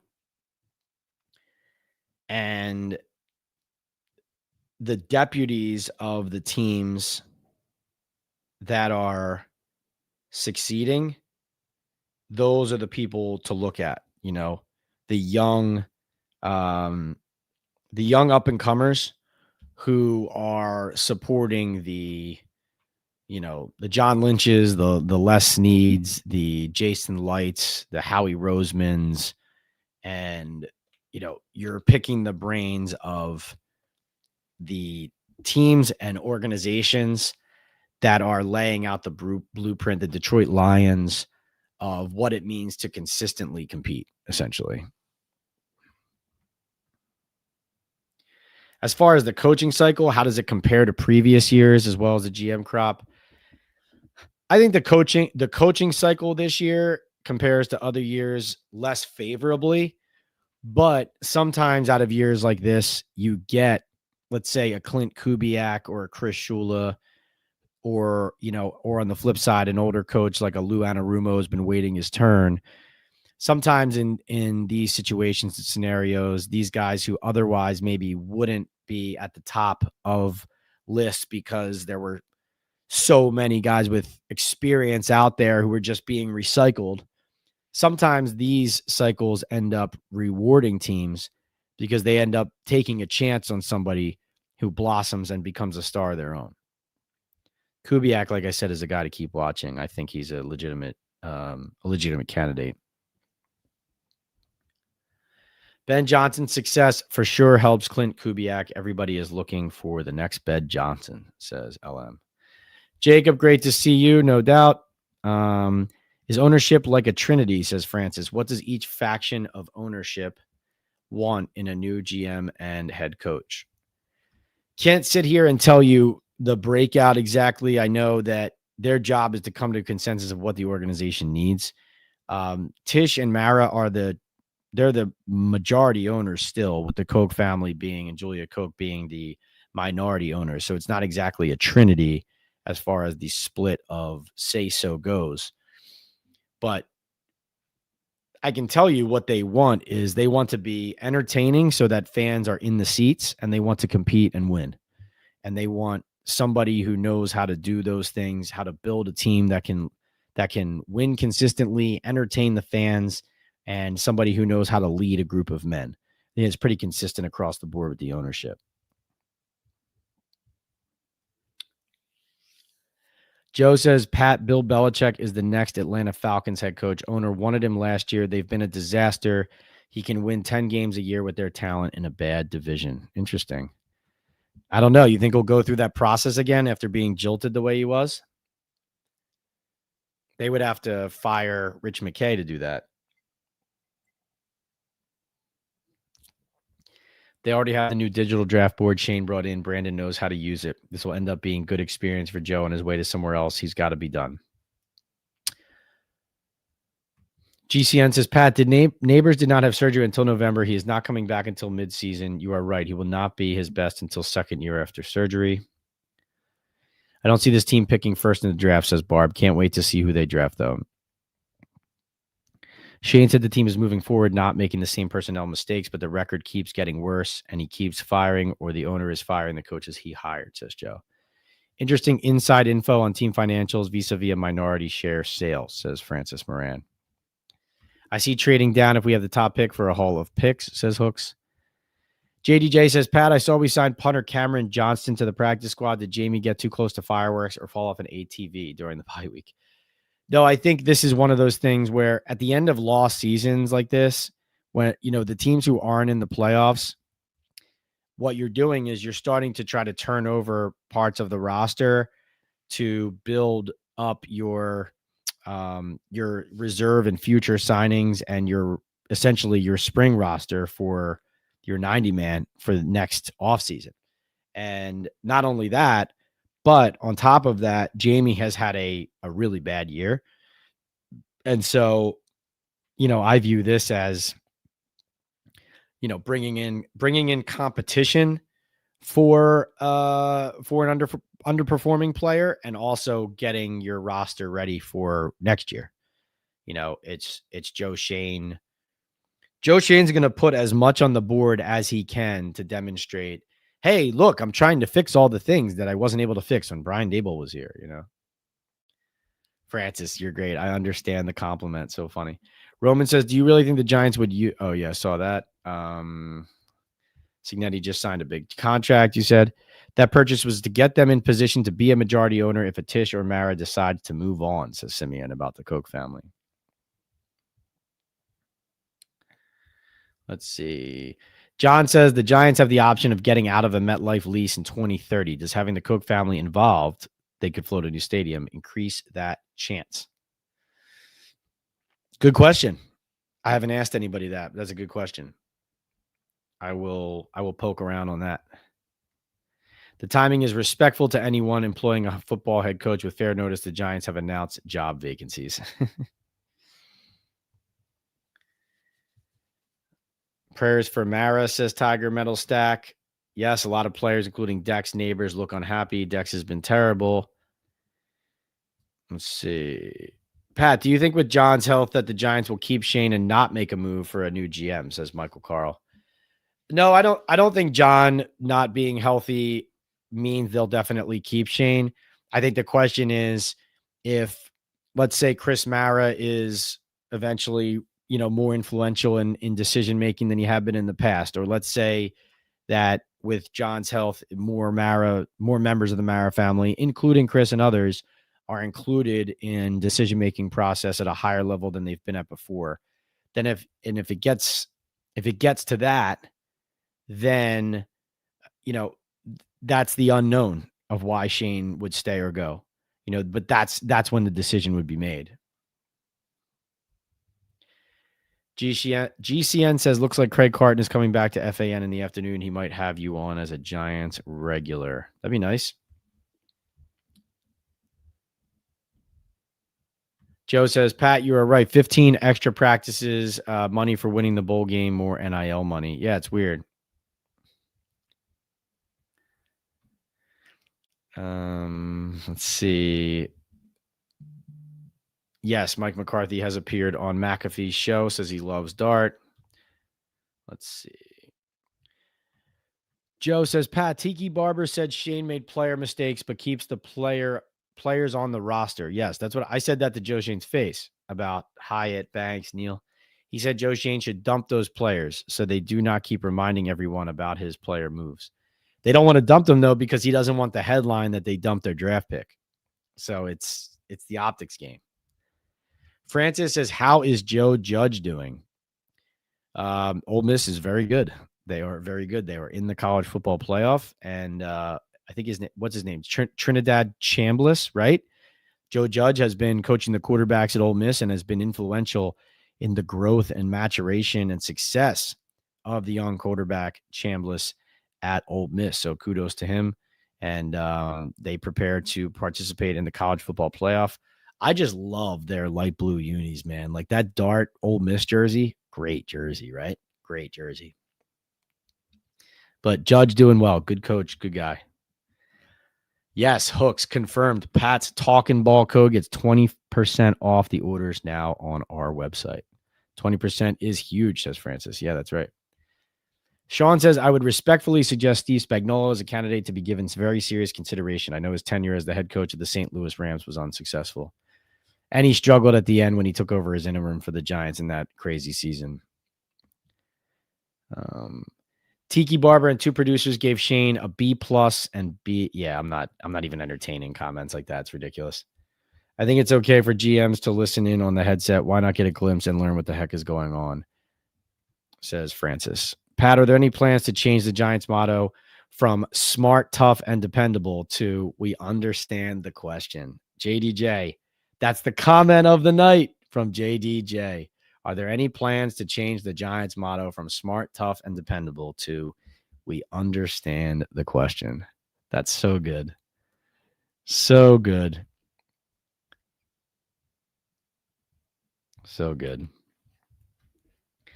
Hard Knocks is why I have no sympathy for Joe, says LM. Came off as very arrogant. Yes, you control all the levers, but not held accountable for the results, says Francis. Why does our 2025 Hard Knocks downfall start to air on TV? Yeah. Josh Soul says the defense is an infinitely worse issue than the wide receivers, especially when you see receivers open on tape. Defense is brutal. I think linebacker is the biggest need on defense, says LM.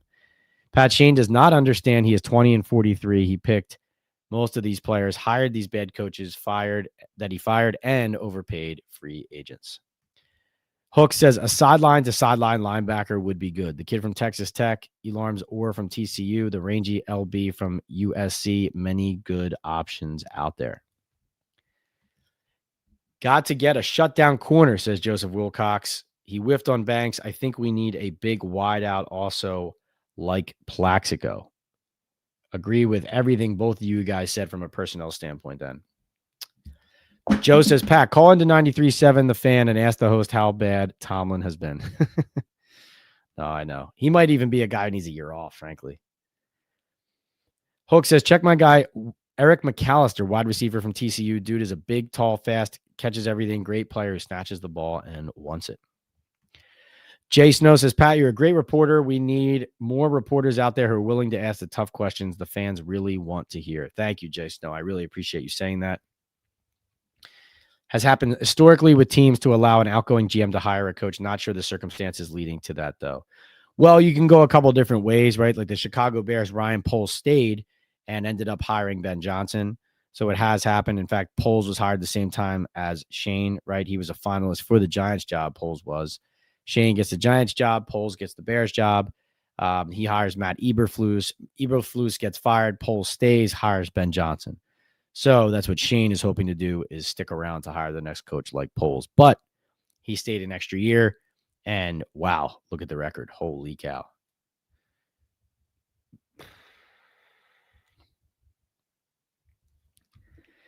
Jay Snow here. I agree with this big time. It shouldn't even be a question that Schoen is gone. Look at his draft picks and the money he spent on this horrendous defense. Holland, Adebo look like terrible signings we're stuck with. Also, they have pieces. Though we have pieces, a horrible argument. Every team has some pieces. Yeah, no doubt. Crazy. Richard Armstrong. I'm not even sure I understood my own question. So good. So good. Way for Joe Schoen to learn about leadership, management, and football economics. Terrible DC in Bowen. Yep. I don't know what the coaches are instructing and teaching all week. Yes, Carter does have one full sack, but to be honest, it was on a design run. I thought they were possibly going to take it away, and Carter even doesn't really consider it, I think, like a fully legitimate quarterback sack because it was just May design run that he caught him before he got back to the line, or he got to the line of scrimmage for a 0-yard game. What worries me about Carter is he was a bad tackler in college, says Jay Snow, and he hasn't been great in the NFL either. Yes, needs to get better at fundamentals and the run, sticking his nose in there, being disciplined, accountable. Can't believe we were discussing Schoen staying in 2026. Bounce that chump, says H5000. I don't think he's staying, so I agree with you. Does owner Francis thinks they're going to keep him. CJ says, does ownership really not realize that the justification of failure and all the spin just makes them look worse? It's been a decade of failure. How can they not know to get out of their own way? Yes, I agree. Their public relations and their decisions on what narratives they should push to try to make themselves look better, like they dig themselves deeper holes, including the I understand the question stuff. It's hard to believe in retrospect that Carter had the gall to ask if he would wear 56. I don't think any player in the league should be allowed to wear 56, says Richard. 100%. 100%. Pat, no, he was not popular at Penn State. Now he is late, misses meetings. Looks like a big time bust, says GCN. Joe thinks Jameis will either be with the Raiders, Jets, or Falcons. Jameis is a man of the moment, not looking into the future, says Hooks. Josh says, thanks, Pat. I think Jameis Winston has played himself into getting eyes for a bridge role. It will be interesting considering how bad the QB landscape looks next year, no doubt. Who do they hire? Who do they hire first, a head coach or GM, if Schoen gets fired? Good question, A-Tone. Depending on how whether the Giants agree to do things differently or not, it could be either. Is Kayvon a leader in the locker room, says Romans. He hasn't performed to expectations. I could see him going somewhere else and shining similar to other guys we have let go. He's an interesting personality and a vibrant personality. I wouldn't say he's not a leader, but I wouldn't say he's like a team captain either. I think what he is what he's been this year is a hard worker who has set a good on-field example for effort and for accountability is what I've seen.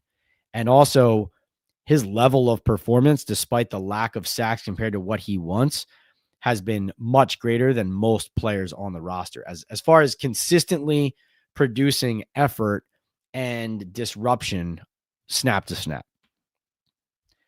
Barb agrees. We definitely miss Kayvon. Does Schoen stay as GM? Forget about it, says Hooks. Pat, do you think the Giants coach's requirement has to be a coach with NFL head coaching experience, says Joseph Wilcox. Joe, I understand the question. I think that would be ideal. I don't think given, because right now what? John Gruden, Mike McCarthy, Matt Nagy, who else? If Kevin Stefanski gets fired, if Mike Tomlin gets fired, if John Harbaugh gets fired, the class of former NFL head coaches there, it just seems like a tight group to limit yourself to. LM says Will McClay would be awesome. Michael says Mike McCarthy is a good fit for this roster, knows how to win, projects a calming and paternal presence this roster so desperately needs. Yes, Shane was a disaster. H-Town, health and wealth to all. Thank you, H-Town. Great to see you. H-Town says the Giants need to bring in Jeff Hafley and let him create the culture and identity. We have talked about him. Definitely a possibility. Looks like I missed a super chat. We have Romans says, who wins in a 9-hole match, you or Jordan Ronan? Jordan typically out, like if we golf together, typically he's shooting maybe like 5 or 6 strokes better than I do on a round of 18, I would say. Sometimes he's beaten me by 3. Sometimes We've been right there together. Sometimes he's beaten me by 5 or 6. So, Jordan's a pretty good golfer. And 9-hole, though, 9-hole, I think I can get Jordan in a 9-hole match. 18, the marathon becomes a little more difficult, but we go back and forth sometimes. So, maybe we'll do a challenge. What do you think of that?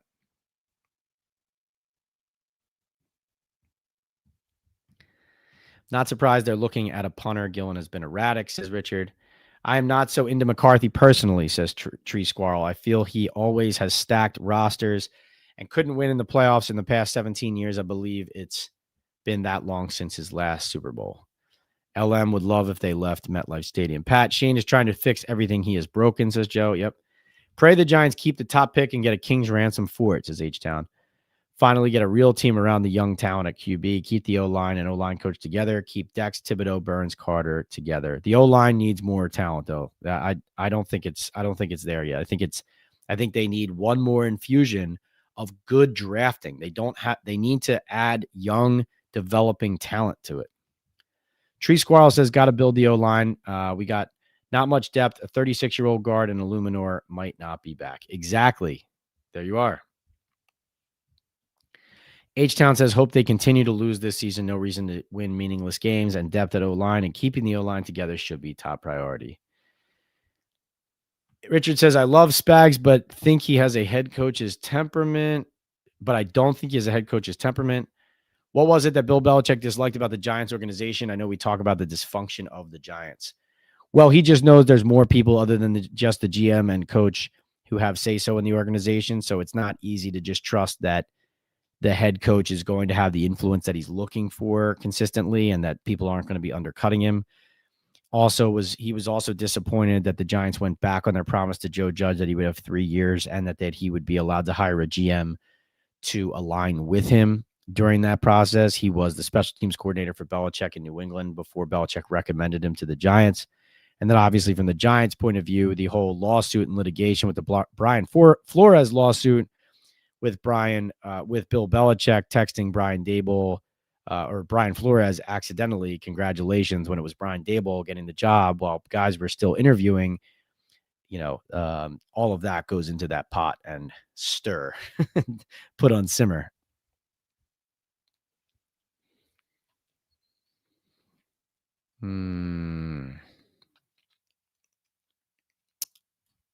GCN says, Pat, Jets could move to Shea Stadium, and with their new casino, then the Giants would have to pay for a stadium by themselves. Would any fans pay for seat license? It's a new stadium, no state money. Any ambitious aspiring head coach not currently set for life has got to be thinking about being a Giant, says Francis. Brian Burns has never had a winning season, says Phil, and hasn't won more than 3 games in a year for 3 years. Lifetime 250 winning percentage from Carolina and Giants. That's who Shane pointed to for leadership.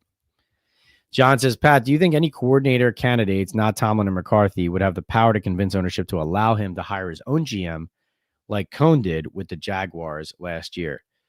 Yeah, I think you got to be open to everything at this point. Yeah, and listen, if they were to, let's say they decided Kubiak had to be the guy. If they did, and they fell that much in love with that candidate, and they wanted to give him everything he could to succeed, then that could be one of them. Joe says, Pat, you are like Joe Friday from Dragnet. Just the facts. Just the facts, Jack. Just the facts. Love that line too in LA Confidential, that illusion. 1K says Charlie Bullen is worse than Shane Bowen at DC. We will see. Only 1 game so far, but it was bad. H-Town says Burns doesn't play, call, or pass the ball. Has been great on and off the field. Very consistent. He's produced, but, he's been party to it too. Somewhere in the middle there. I mean, he was the guy who was sack hunting in the 4th quarter when Caleb Williams ran around his edge to score that touchdown in Chicago. Is there a discount code for hooks, rubs, and spices? Yes, Deb. Hooksrub.com. Talkin' Ball is the code. Talkin' Ball. Go to hooksrub.com. Use the code Talkin' Ball, and you'll get 20% off. Hooksrub.com. Richard says, got to bounce, Pat. Thanks for another great podcast. You got it, Richard. And Deb, I understand the question, and there's your answer. I bet the Colts would give up a first-round pick for Winston now if they had any left. Yeah, past the trade deadline, unfortunately. Giants organization needs real leadership from the top, organization from to the bottom. What are the chances they hire someone for president of football operations, says Jers. Definitely has to be a consideration. I think you have to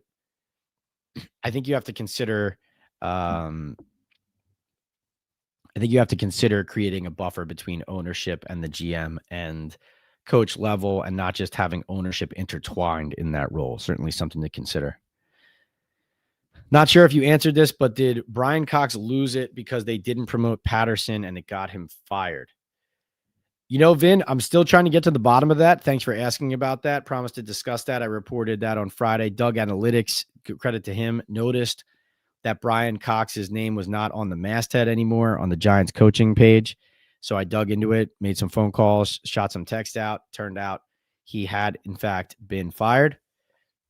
And so I reached out.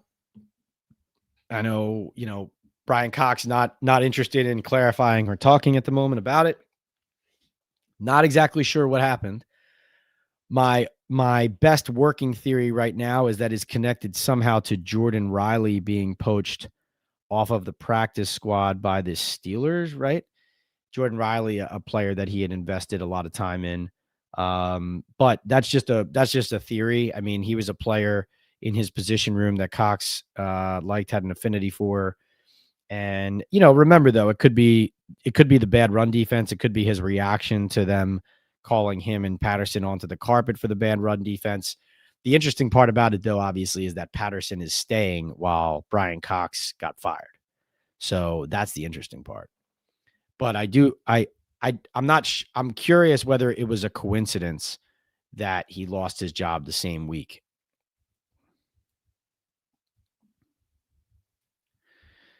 Let's see.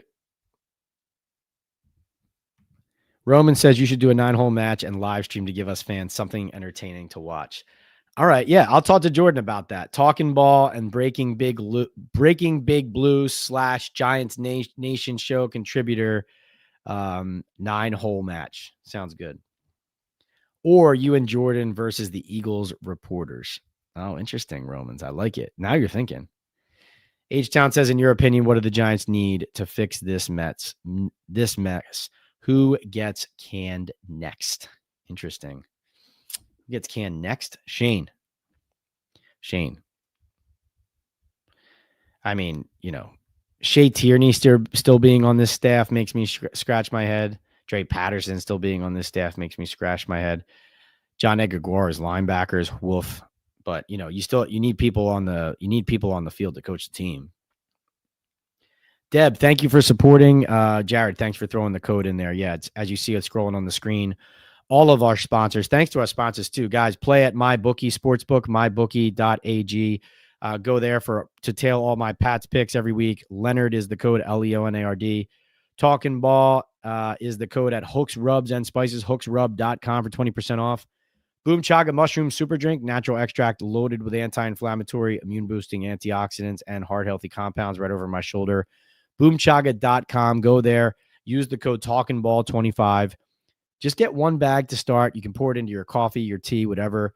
Lowers cholesterol, reduces inflammation, and improves immune and heart health with those beta-glucans and antioxidants. Go to boomchaga.com. Check it out. Subscribe and save option for that discount. 25% off with Talking Ball 25. And you can also just cancel out after you get that deal on your initial product purchase. And of course, Salaretta for Men, Midland Park, New Jersey. Thanks to Salaretta for always keeping me looking right for my fits.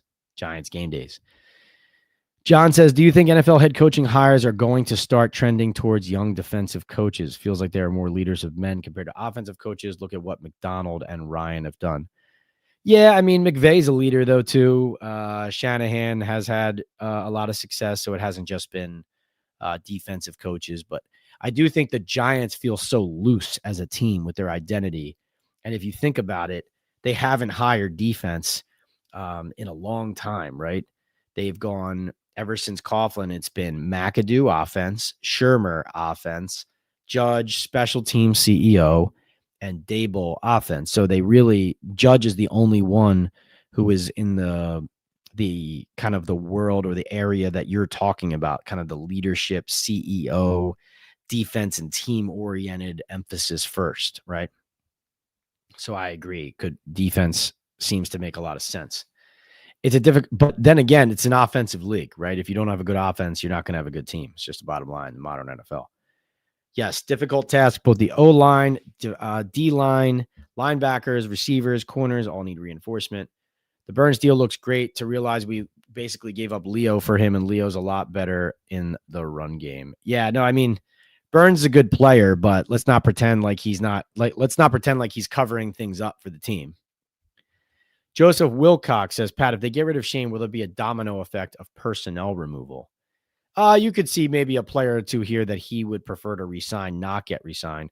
I do think you would see, guys like a Jalen Hyatt or, I mean, Evan Neal's headed out the door, but, these guys that they've clung to, Eric Gray, like players like that, who knows what's going to happen here with Josh Azudu, but definitely I'd throw him on the list too. Yeah, that typically happens when you overturn regimes and a regime is kind of enabling or protecting their personnel decisions and mistakes. Does Mara's health affect coach candidates? I don't think so. I think no, I don't think so. H-Town, if the Giants keep the top pick, what kind of King's ransom do you see them getting for it in the draft? Ooh, good question. Good question. Definitely premium picks this year and next year, both in first rounds, high rounds, and also mid rounds. Maybe even get a player out of it too. I mean, think about what the Bears got when they traded the number 1 overall pick. So let me go back to that trade because that would be a good answer to your question. Okay. So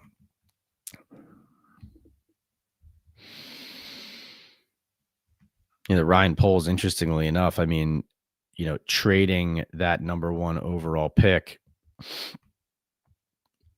basically saved his job. So in 2023, the Bears had the number 1 overall pick and they traded back to the Carolina Panthers, who came up to get Bryce Young. And here are the terms of that trade. So the Bears traded the first overall pick, and the Panthers gave the Bears the 9th overall pick. So they traded back to number 9, gave the Panthers 1 overall, and they got a 2nd round pick that year. They got a 1st round pick the next year, and they got a 2nd round pick the next year. So it was the 1st overall pick to slide back 8 spots and get 1, 2, 3 picks, 2 2nd rounders, and an extra 1st. So essentially swapping 1s to move back and getting a 1 and 2 2s, as well as DJ Moore. So a 1, 2 2s and DJ Moore is what the Bears got to move back 8 spots. Now, they moved back 8 spots, right? That's not going from 1 to 4. That's going from 1 to 9. So that's a lot to retrieve. And so would the Giants be falling that far on the board when making a trade like that? TBD. But again, as Barb said earlier, will the Giants even hold the number 1 pick? But that is the kind of haul that you can get for that. And, even though some of those picks obviously are coming the following season, again, look at what the Bears did. They traded that to Carolina. Then Carolina ends up with got an alarm going off here. Carolina ends up there with the number 1 overall pick the following year. So the Bears trade out of number 1 and get the next year's number 1 overall and get Caleb Williams.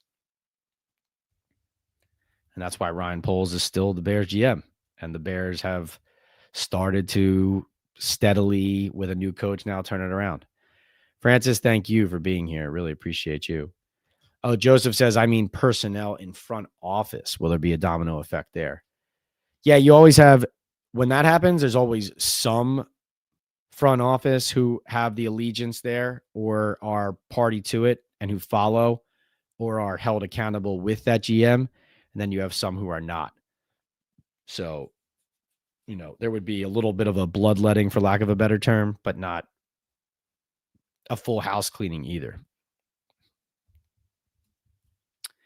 If Tomlin is available, do you think it would take a trade to acquire him? And if so, what could that package look like? Says John.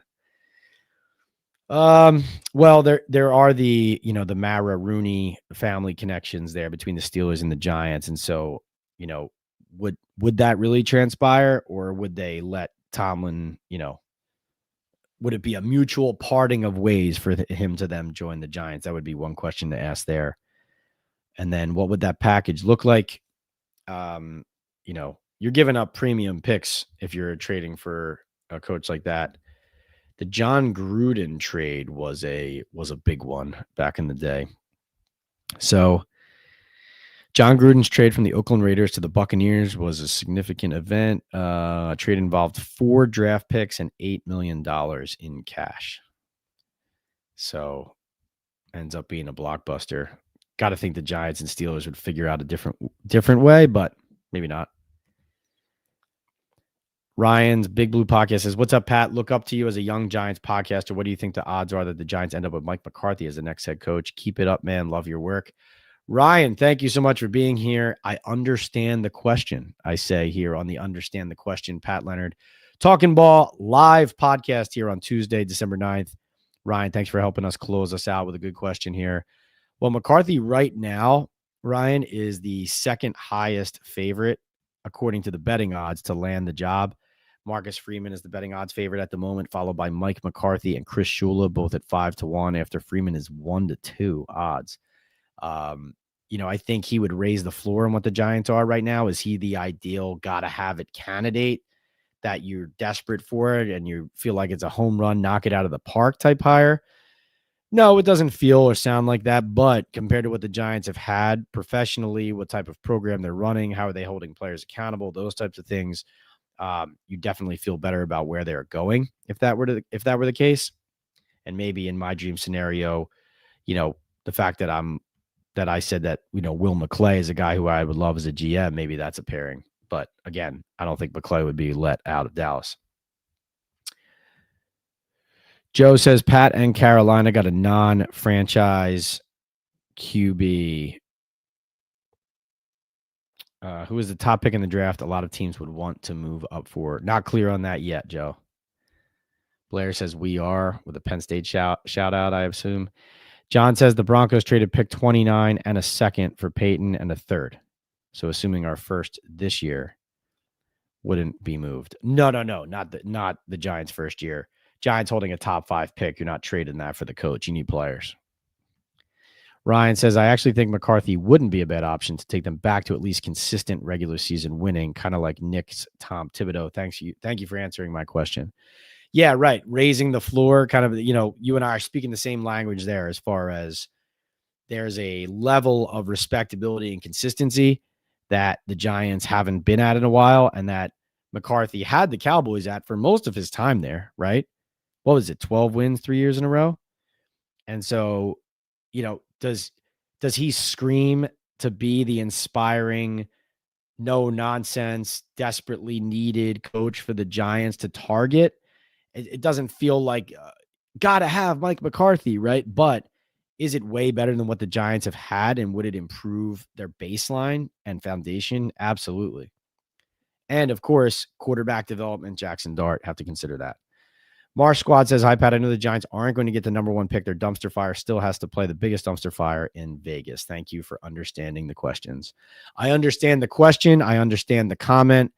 Thank you all for being here on Talking Ball live with Pat Leonard, Tuesday, December 9th. This has been a fantastic chat. Thank you to my sponsors, MyBookie, Hooks, Rubs, and Spices, Boom Chaga, and Salad for Men. You can see the codes on the bottom. Talking Ball at Hooks Rub, Talking Ball 25 at Boom Chaga, and Leonard at MyBookie. Thank you especially to our super chatters. Joey B. Comedy kicked us off, followed by Jose, Peace, Joe, Peter Randazzo with a bunch, N4 Divers, Jojo, Joe Farry's Chris. Peter kept checking in. Chris Romans. Richard Armstrong jumped in. Joss Soul. Joseph Wilcox. Deception. And Romans again, as well as Joe bringing it up in the back end of the chat. So grateful to this community here, Talking Ball Live with Pat Leonard. Remember to subscribe, rate, and review. Hit those like buttons before you jump out of here. Stay tuned to all my social media, Talking Ball with Pat Leonard. PL on NFL is the handle everywhere, except for Twitter or X. The handle is PLeonardNYDN. PL on NFL everywhere else. And, of course, check out my work on the Daily News website, nydailynews.com. Right now, you can read an article on Marcus Freeman and his candidacy for the Giants in the NFL, and Notre Dame's athletic director saying they intend to prevent him from leaving if they can. Ryan says 100% agree. Thank you, Pat. Hook says thank you, Pat and chat. Good night. Good night, everybody. Thank you so much. I understand the question. Good night.